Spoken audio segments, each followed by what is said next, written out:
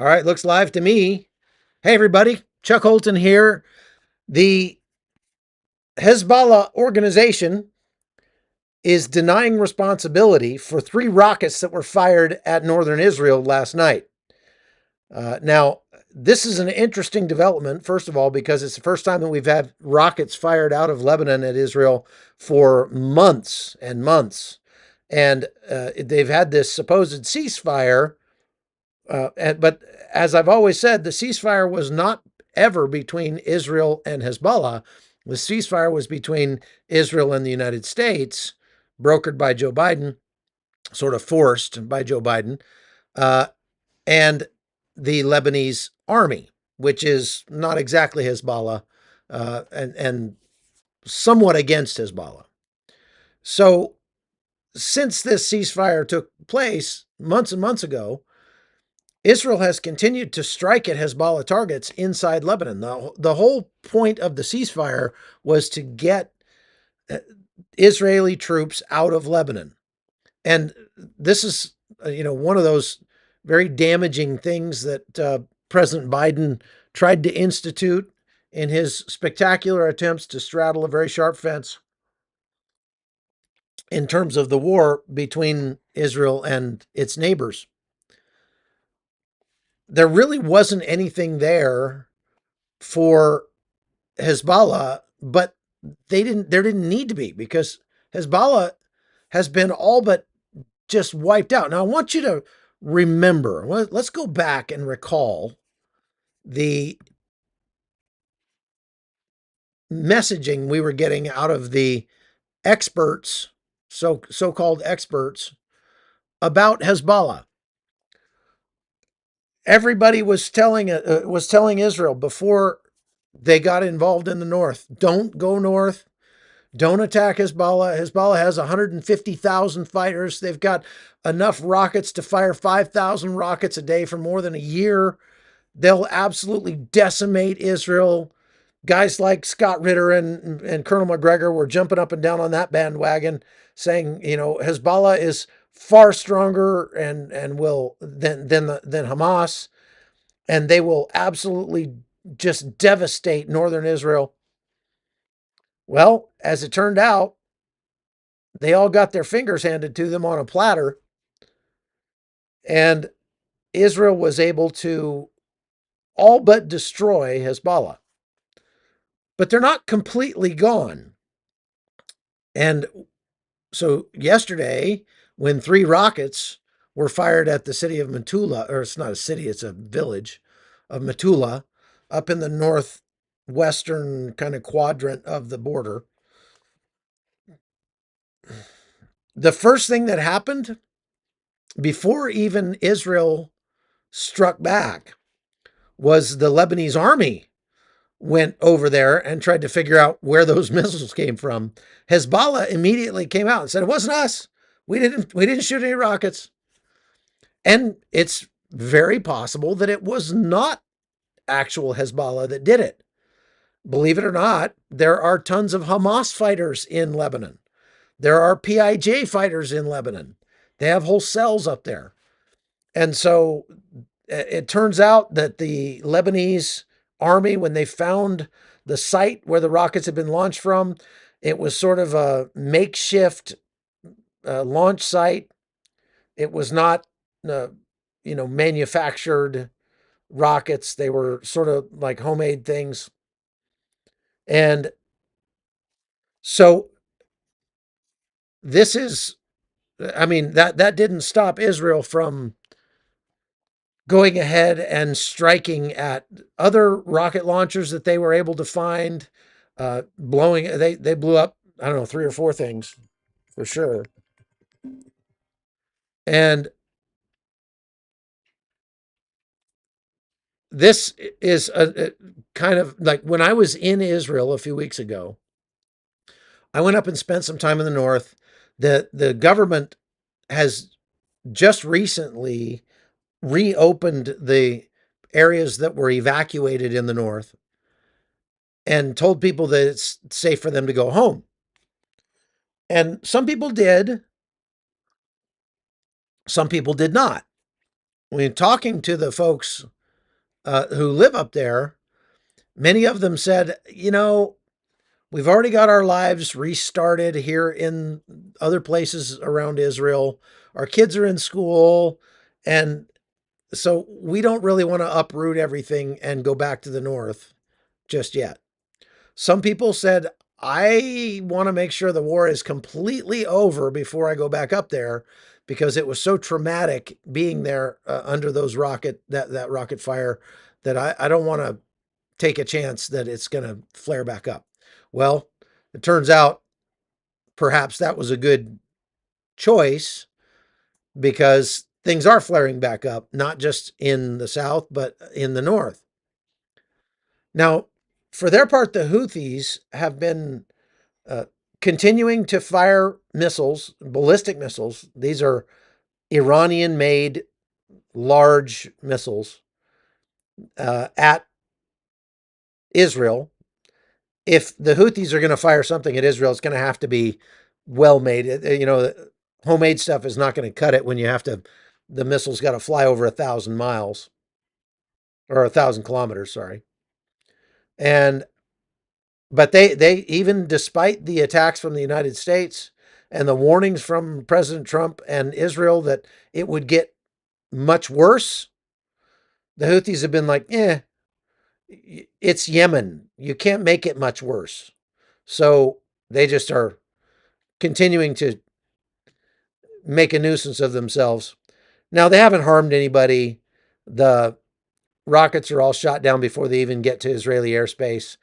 But things are about to get a whole lot more interesting down there. If you go back and watch the live I did day before yesterday about this, uh, Iran is backpedaling like crazy right now. There's a article in Israel Hayom that says that Iran is trying to.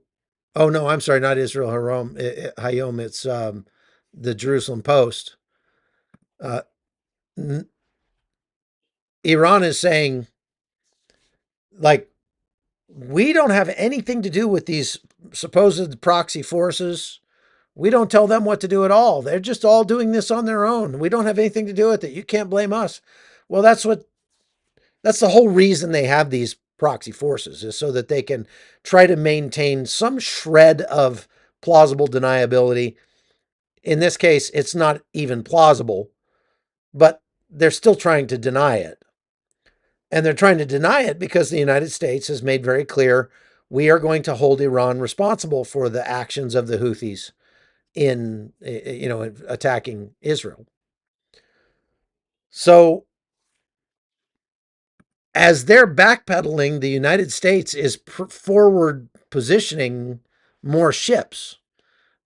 Secretary of Defense Pete Hegseth yesterday directed another strike group to move into the Med. They're going to now have 2 aircraft carriers and a whole bunch of other vessels out there in the Red Sea, Gulf of Aden, Bab el-Mandab Straits. Now, the Houthis' version of Baghdad Bob, they're what's his name? The spokesperson Yahya Saree is his name. He's the Houthi spokesperson, the guy that comes out in the red pizza beret and he's got his little uniform on and he's got his binoculars around his neck like he just came out of the field. He cracks me up. And he stands in front of a green screen someplace and gives his fiery speeches about the Houthis are doing great and we're accomplishing all our objectives and we're destroying Israel and yeah, everybody's like, yeah, go away. Anyway, he came out and said that all airlines need to stop flying to Israel again. They've just resumed flights from all airlines in Israel, as far as I know. All of them have decided to come back. United, the one I fly, was the last one because they're cowards. They were the last one to come back. They just finally resumed service to Tel Aviv. And now the Houthis are saying, big mistake. We're going to destroy Ben Gurion Airport with our missiles, which can't even make it to Israel. But no airline should be flying out of. Now watch, United is going to cancel all its flights to Tel Aviv again. Did I mention they're cowards? Uh, I'm not a big fan of the leadership at United. They worry a whole lot more about having a certain percentage of female pilots than they worry about having planes that actually function correctly or get there on time. And I could absolutely swear with my hand on a Bible that they have a committee of people whose job it is to make travel more excruciating for the people who travel the most with United. I mean, they have this anyway. That's a tangent, but yeah, United. Anyway, if you're listening, the United CEO, give me a call. I'll tell you how to fix things. All right. So the Houthis are saying that they're going to continue to fire missiles at Israel. Not only that, but they're announcing a blockade of Ben Gurion Airport. Now, how do you blockade an airport when you are thousands of kilometers away and you don't have an air force and you don't have a navy and you just have a few missiles that literally can't hit ships that are right offshore from your country? I'm not sure. But that's what they've announced. They're blockading Ben Gurion Airport. And Ben Gurion's like, okay, whatever. And I just want to read their statement that they put out on X, that the Houthis put out, because it's good comedy. It's good stuff. Uh, After the success of our Yemeni armed forces uh, at sea, a blockade is imposed on Ben Gurion Airport in occupied Palestine. Okay. So while they have been moderately successful at stopping shipping through the Bab el Mandab Straits and the Red Sea, that has more to do with the fecklessness of the Biden administration not allowing the U.S. Navy to do what it needs to do to put a stop to it. But those days are over. And the U.S. Navy and Air Force are going to be uh, going hard against northern Yemen over the next few weeks. But they don't need. Here's what my reading between the lines for you. I don't believe that the United States military needs more ships in the region to go hard against the Houthis. One aircraft carrier could do enough damage against the Houthis for a generation. Uh, that one aircraft carrier has more combat power on board than many nations' militaries have. And we have not just one carrier there, we have multiple warships. Our allies have warships out there, the UK, France, everybody. There's all kinds of ships in the region. It's just that up until now, they've been only playing defense and trying to shoot down the various drones and missiles that the Houthis are launching. And once in a while, they'd go in the middle of the night and bomb an empty warehouse in Yemen. But now things have changed. And we're flattening whole sections of Sana'a, the capital of Yemen. Any industrial sector in Sana'a is done. Game over. Now, I wanted to point out something, however, because this is something that makes me scratch my head. The United States is actually still allowing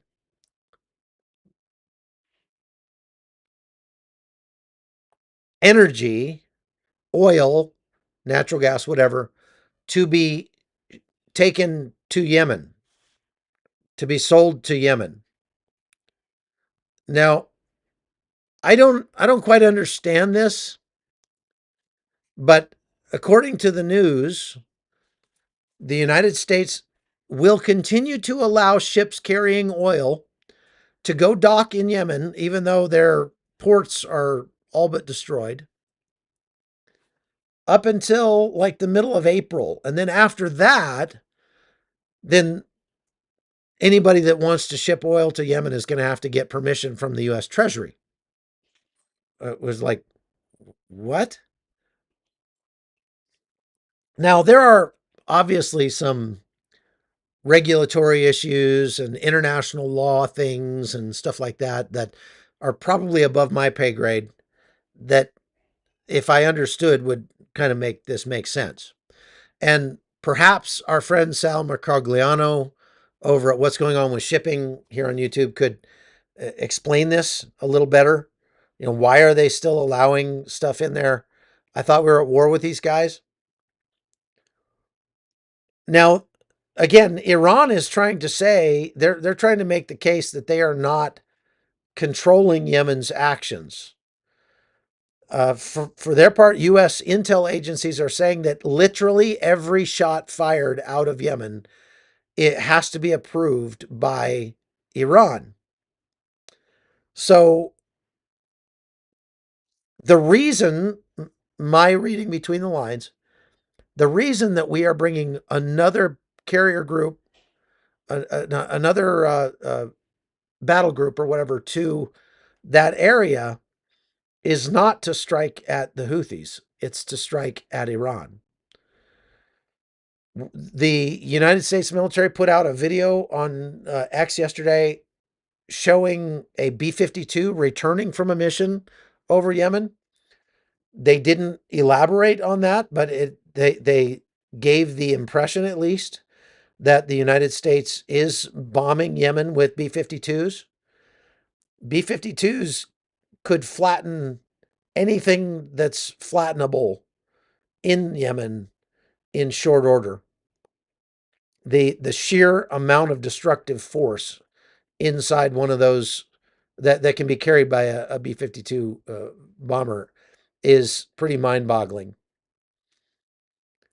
And you've heard me say that you can't win a war, you can't bomb your way to the end of a war. I mean, obviously we did in World War II. It was the nuclear bombs at Hiroshima and Nagasaki that caused the Japanese to surrender, but it likely took all of the sacrifices made by the U.S. Marines going across the Pacific and devastating Japan economically to get them to the point where they were ready to surrender. And we never had to uh, invade Japan. But if you recall, we did occupy Japan. So we did put boots on the ground in Japan proper after they surrendered. And they were there for years. My grandfather on my mother's side was a part of that occupation force. So my assertion is that you cannot finally end a war. You can't end a war completely with only aerial bombings. Ask Russia. Russia's been mercilessly bombing civilian centers across Ukraine for 3 years. And they did again last night. Killed a little girl and her parents in Odessa. And look, these are not military targets. Russia's not aiming at military bases. They're not aiming at airstrips. They're not aiming at stuff like that. They're just aiming. They're aiming to create terror across Ukraine by bombing civilian areas. It's either that or they are so incompetent that they couldn't hit a military target if they tried. Take your pick. I mean, it's one or the other because they are obviously and provably bombing civilian residential areas over and over and over again all the time. Now, we don't do that. So that makes it that much more difficult for us to bomb our way out of this problem in Yemen. We could send salvos of B-52s dozens of times a day over Yemen and just carpet bomb that country into oblivion. And we still would not finally end this conflict without putting boots on the ground. And nobody has the stomach for that in the United States. So even if it was boots on the ground, once we bomb them into submission, we still are going to have some sort of accountability inside that country. Otherwise, we end up with another Afghanistan. And we don't, because of Afghanistan, American people, by and large, are not willing to employ U.S. ground troops pretty much at all anymore, ever. I mean, there's very little if you say we're going to deploy U.S. ground troops along the U.S. southern border to stop illegal immigration, Americans are all for that. But putting American troops on the ground in combat anywhere else in the world, right now, there's just not the stomach for it. And if there's not the American people's stomach for it, then there's not going to be the political will to do it. And so the U.S. military is left with precious few options if they want to try to reopen the Suez Canal. And those options include lots and lots and lots and lots of ordnance, billions of dollars worth of bombs being dropped on a place that's essentially just a giant dirt parking lot. The people there are so inured to hardship and hunger that this is not that much worse than what they face on a regular basis. It's actually probably makes their lives just a little more exciting. And I'm not trying to be ironic in saying that or sarcastic. I'm saying that, like, there are pictures out of the bombings taking place over Sana'a, and the Yemeni people are just standing around out there trying to film it with their phones or whatever. Obviously, it is creating hardship for a lot of people. It bears repeating, and I will always continue to repeat this. Every single bit of destruction and hardship that's brought on the Yemeni people is the direct responsibility of the Houthis and Iran, and is not the fault of the United States military. If you go out and slap a tiger, don't be surprised if the tiger turns around and swipes your head right off. So the Houthis fired another missile at Israel yesterday. The Israeli military says they intercepted it before it made it into Israeli airspace. President Trump continues to threaten the Houthis that they will be completely annihilated. This kind of hyperbole does not add to the credibility of the United States if the United States doesn't back it up. And as I'm kind of trying to point out here, it's going to be very, very difficult for the United States to actually back it. It wouldn't be difficult if we just had the mindset of 1944 Dresden, or something like that, where we're just going to firebomb Sana'a. We're just going to flatten the whole city. We have the capability to do that, but we don't have the will to do it. We're far too civilized to just go massively murdering hundreds of thousands of civilians like we did in World War II. You always have to keep that in the back of your mind in context of where we are today. It's considered unthinkable to bomb civilian targets, but that's pretty much all we did in World War II. Not all we did, but that's a vast majority of the bombings that we did over Germany was bombing the industrial zones where things were being built. But at that time in Germany, civilians didn't, have their little suburbs. They lived in and around the industrial zones. And we killed hundreds of thousands of civilians in World War II. And that's what it took to win that war. In Hiroshima and Nagasaki alone, we killed hundreds of thousands of civilians. Eventually, either through the immediate effects of the blast or through radiation poisoning. And that was what it took to win the war. So we had the stomach for it back then. We do not anymore because the world is a different place. And so now we voluntarily limit ourselves as a military, as a people, to precision strikes, proportional response.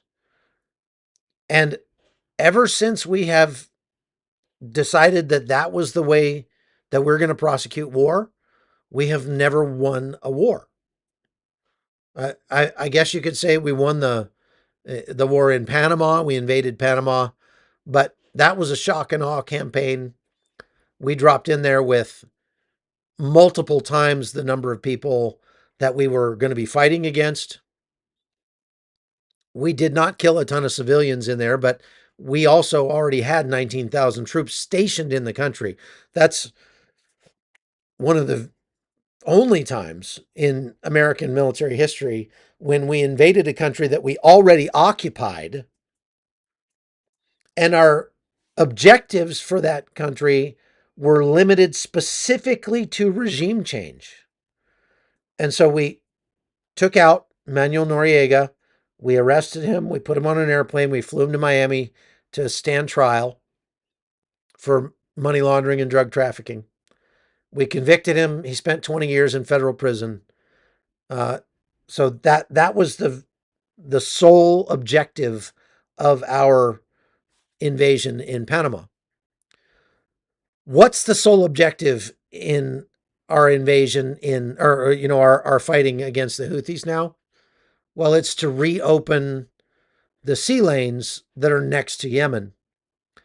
And if there are, according to all appearances, literally millions of people in that country who hate everything about America, the West, and Israel so much that they are willing to dedicate not only their lives, but their entire country, their flag, their very flag is it's one of the few flags with like actual a motto on the flag. Their motto is death to Israel, death to America. God is great. Allah Akbar, et cetera, et cetera.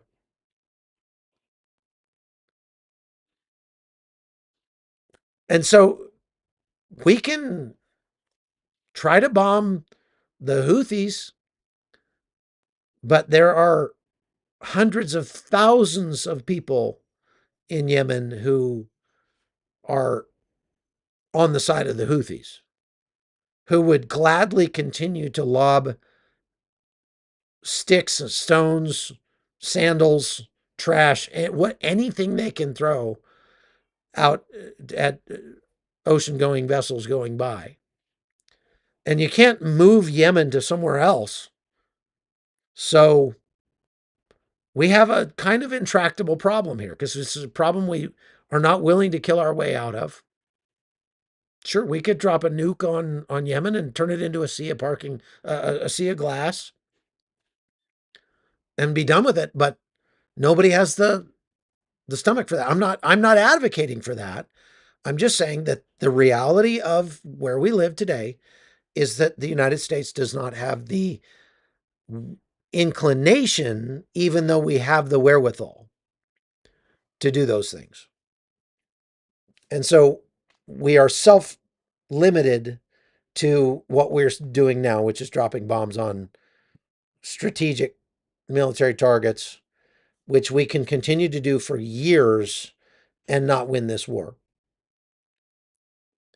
If we go in there with the specific intention of regime change and allowing the legitimate-ish government of Yemen to retake control of Sana'a, that's not necessarily all that helpful because those guys are not that friendly to America and Israel either. Pretty intractable problem. So I'm not saying we shouldn't do anything. I think we're doing all we can do, all we're willing to do right now. And perhaps we can decimate enough of the military hardware and materiel that is in Yemen to make it less likely that they would continue to fire rockets every day at anything going by. But I'll tell you, the shipping is not going to come back in the Suez Canal until it is safe. Okay. And that's because the insurance companies won't insure ships to go through a place that they might get blown up or taken over. Getting us back to the point where it's safe enough is a long way off. So, with Hegseth pushing more ships into that region, forward deploying, we just flew like, I think 50 more, 35 or 50 more F-35s from the United States. They just flew across over to, they stopped in England and they're on their way down to the Middle East now. That's a lot of F-35s in addition to the ones we already have down there. We are gearing up for a major conflict against Iran. Major conflict. That is something we should have done a long time ago, and it is eminently the right thing to do for the West. We need to strike at the source of all of this trouble. You know, instead of playing whack-a-mole with every different uh, proxy, military proxy around the Middle East, which is getting its supplies and its finances from Iran, we need to just strike at Iran. And I believe what you're about to see is you're going to watch that happen. Under Pete Hegseth, I believe we will strike Iran. And it may take a couple of months before that happens. And perhaps in the next couple of months, they can manage to negotiate an end to this. But at the if you just extrapolate out the direction that we're going right now, what all of the indicators point to is that the U.S. is going to war with Iran. It needs to be done. So there's that. All right. So to recap, there were 3 missiles fired out of Lebanon at Israel overnight, the first ones in months. Hezbollah says, wasn't us. Please don't shoot back at us. Israel says, we don't care if it was you or not. We see some other things over there that we'd like to blow up. So they're just blowing stuff up all across Lebanon. That's not a big change for the IDF because the Israelis have been blowing stuff up in Lebanon throughout almost every day throughout the whole ceasefire. But they did conduct some significant airstrikes inside Lebanon. And the Lebanese government is like, please, not another war. The Lebanese government has got its hands full already with the conflict that they're having with the Sunni HTS terrorists on the Syrian border.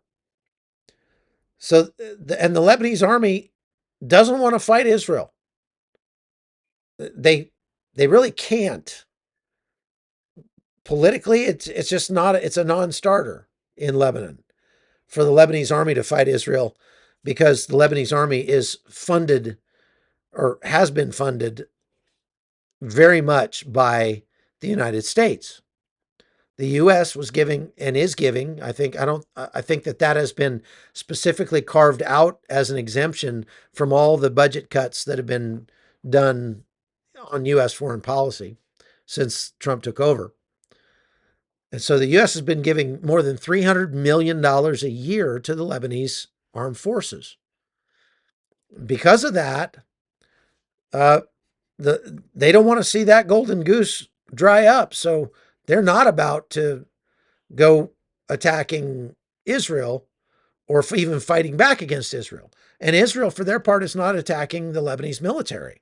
They're attacking things that are military threats to Israel, which are rocket launchers, tunnel systems, and bunkers or command centers or things like that, arms caches that they find inside Lebanon. But Hezbollah is like cowering in a corner at this point. Please stop hurting us. Okay. Now, William says, question, is Israel going to get rid of the head of Shin Bet, and could that lead to judicial reform? They just did, actually. They just voted to fire the head of Shin Bet. I mentioned before, Shin Bet is kind of like the FBI for Israel, and they are equally as weaponized politically by the left in Israel. So a lot of, two tiers of justice, just like we see with the FBI, a lot of political shenanigans going on with those guys, uh, you know, bringing charges against people on the right inside Israel. And Benjamin Netanyahu just said enough of that. And so he fired him. It had to be approved by, I guess, the Knesset or the council, I don't know, somebody. And they approved it according to the news that I'm reading. The Israeli government dismissed the Shin Bet chief unanimously during Thursday's cabinet meeting. The Israeli government has officially decided to end Shin Bet chief Ronan Bar's tenure on April 10th amid growing tensions between Bar and Prime Minister Netanyahu. The decision was approved unanimously during Thursday's cabinet meeting and comes after months of deteriorating relationships and follows recent sensitive investigations involving the Prime Minister's inner circle. Did you see that video on social media going around on X of one of the interns or some little, 20 something college age girl sneaking into Benjamin Netanyahu's office and rifling through his drawers looking for paperwork? Apparently she'd been put up to it by other, members of the opposition. I don't know if that was actually true or not. I'm putting it out because I imagine some of you probably do know whether that's been confirmed that they did send like a spy into Benjamin Netanyahu's office, and she went opening all his drawers in his desk looking for stuff. Has that been confirmed? Because I've seen it a couple different places, and I'm like, you've got to be kidding me.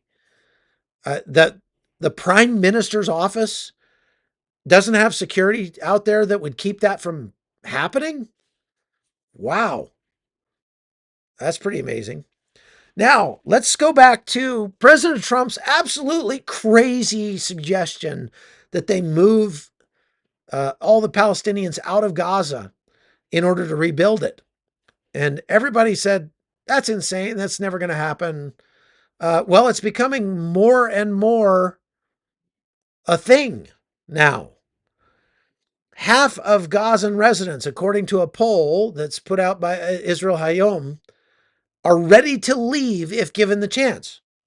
And yesterday, Egypt, after saying unequivocally since the beginning of the war, we are not taking any Gazans.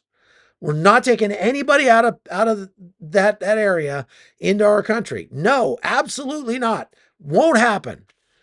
Yesterday, they changed their tune and said, well, okay, we'll take 500,000. 500,000 people out of Gaza? That's significant. And that it likely comes amid some serious, back channel pressure from the United States, from the Trump administration, to get them to do this. And it looks like they're actually moving toward an agreement over how to rebuild Gaza, knowing that they're not going to be able to do it if everybody stays in Gaza. And so it's starting to look more and more likely that they're going to be moving large numbers of people out of Gaza into other countries and relocating them. Now, Egypt says it's only temporary. We're going to put them in cities out in the Sinai that we'll build for that purpose. But what is temporary? Because remember, the people who live in Gaza still call themselves refugees, even though it was their grandparents who were actually forcibly relocated, or, yeah, forcibly relocated back at the beginning of the state of Israel. Relocated not by the Israelis, by the way, but by the other Arab countries who said, you guys move out of there and we'll come in and kick out the Israelis and then you guys can come back. But they failed to kick out the Israelis, and so they never got to go back. But 2 generations later, the Palestinians in Gaza are still calling themselves refugees from their temporary refugees that someday are going to go back to their homes in Israel. That's not going to happen. So temporary could be for a long, long time. There are lots of temporary refugee camps in Jordan that are full of Palestinians who have lived there and grown up there and been born there. I mean, we're talking about decades that they've been out there. Same thing in Lebanon. There are refugee camps in southern Lebanon around Sidon, and the Sabra and Shatila refugee camp that have been there for decades. So if they leave, there's a good chance that many of them will never come back to Gaza. And this is another thing. All the experts said that was a crazy idea, but now it's starting to look like it's more likely. Very interesting things happening in this conflict right now. Okay, question. Do you think the people of Iran will overthrow the regime? There are a lot of people in Iran that would like to overthrow the regime. I think that if the United States goes in kinetically, that should be our goal. Look, I think that our policy, if I was the president, I would announce, look, the United States has a new policy concerning its adversaries. You can do whatever you want in your country. You can make it into a dictatorship. You can, look, we're not going to involve ourselves with that. We're not going to trade with you if we don't like the way that you treat your people or whatever. But we're not going to, other than that, mess with you and your politics. However, if you attack us or our allies, then what you're proving to the world is that you do not deserve nice things. And so we will come in and reboot your country for you. Just one time. You attack us one time, and we will come in and reboot your country. That means we are going to kill all of your leadership, take them off the table, and then we'll leave. We're not going to leave a bunch of State Department zoomies around to, help you create a Jeffersonian democracy in your country. No, we're just going to wipe the slate clean, and then we're going to leave. And we'll leave you alone. You can rebuild it any way you want. The minute you become a threat to us again, we will come back and we will do it again. And we will reboot your country for you again. So, up to you. You don't have to like us. You don't have to do business with us. But if you threaten us, we're going to reboot your country. And I think that would be a great way to sort of increase that deterrent effect. But the only way that we can actually, that will be a deterrent is if we actually do it once or twice and show the world we're serious. Okay? And if we do it, if Pete Hegseth is listening, if we're going to do this thing in Iran, limited airstrikes are not going to send a message. we're going to have to hit them with more force than has been seen since World War II. We're going to have to throw so much ordnance at Iran and devastate them so completely that they will be picking up the pieces for decades. And it'd be very short, it'd be very intense, and it would be very over. Just like that. And then we just pack up and leave and say, have a nice life, Iran. You guys, we took out the Ayatollah, we took out your leadership. Now you can put whoever you want in there. And if you put in a friendly government, we'll do business with you. There'll be a lot of trade between us. You'll love that. We'll be a great friend to you. I know there are a lot of Iranians who like Americans, and that's great. We like Iranians too. Just don't elect another government that becomes a threat to us, or we'll have to come do it again. All right. So, yeah, folks, people complaining about the advertisements. I don't have any say over that. I mean, I imagine that when you go to work, you expect to receive a paycheck for your work. That's how I get a paycheck for doing this work, putting many hours a week into these lives, is through the ad revenue that comes off of these things. So either watch the ads or pay for YouTube Prime, and then you won't get any ads. And I imagine, I mean, as much as many of us watch YouTube, I can't understand how that's a problem. Because it's like, what is it, like $20 a month or something? It's a pizza. And then you get to save many minutes, if not hours of your time. How much is your time worth? I you know, I, I just pay for it.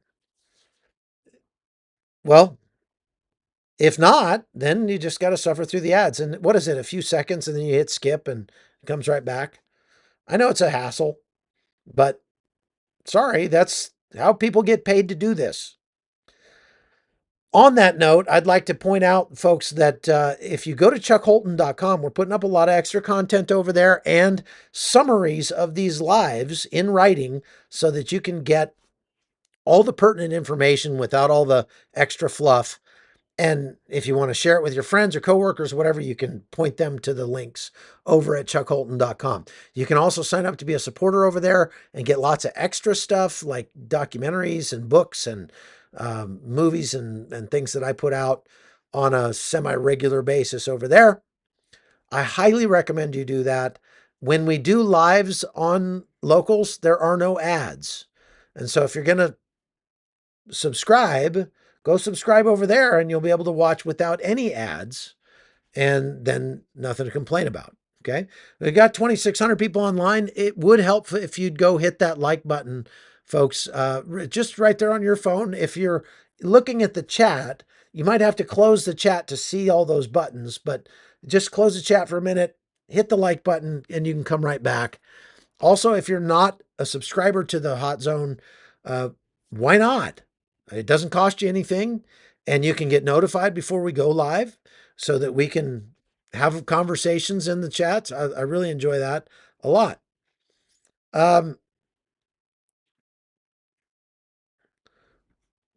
Melissa says there's been a ridiculous amount of ads. Yeah, that's got to be annoying, but I haven't changed anything on my end. That's just YouTube shows you the ads they want to show you, I guess.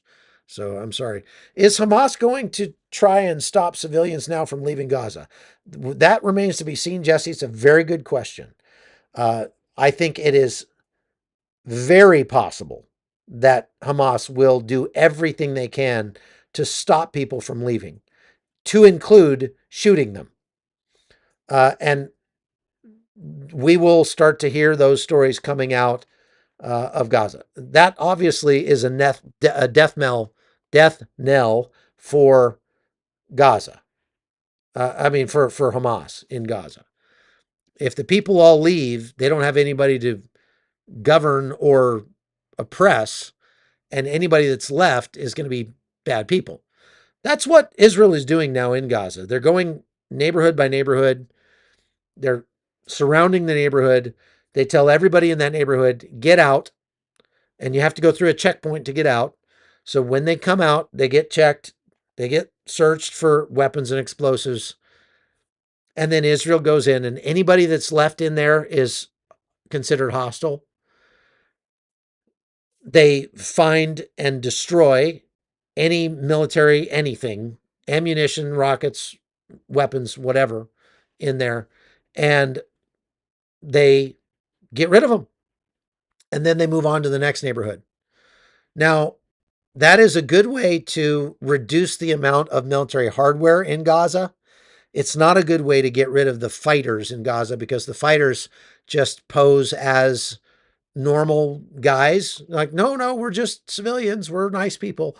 And they wear civilian clothes. And then they just move around with the civilian population. And that is a long-term challenge that the IDF faces and will continue to face, because you can't just round up and deport all. I mean, you could try. You can't round up and arrest or kill all of the military-age males in Gaza. That's a lot of people, probably 1 million people. So you can't do that. And when there's a ceasefire, all those guys are wearing Hamas uniforms, carrying weapons. Yeah, we're going to, and they literally, during this last ceasefire, were planning to do another October 7th attack incursion into Israel. And that's why the ceasefire ended, because Israel found out about it and went hard against those guys and stopped it, thwarted that attack. But as soon as this fighting starts again and the troops come in, the IDF comes into Gaza, then all those guys take off their uniforms and, oh, no, we're just civilians. Oh, they're a bunch of cowards. That's what they are. All right, folks, I've got to go. I'm in New York, and I'm going to be speaking at a men's conference tonight in Olean, New York at Believers Chapel. So if you're in the region, come on out for that, 6 p.m. And I'll be preaching tomorrow morning at that same church for both Sunday services. So hope to see some Hot Zonians coming out for that. And in the meantime, hope you have a great weekend. Thank you for watching. Make sure, again, go subscribe over at chuckholton.com. Trying to get over 20,000 subscriptions, and we're getting close. We're getting close. So go over there and subscribe or become a supporter. You can, buy me a coffee every month and keep me doing what I do. So thank you for watching. We'll see you again next time.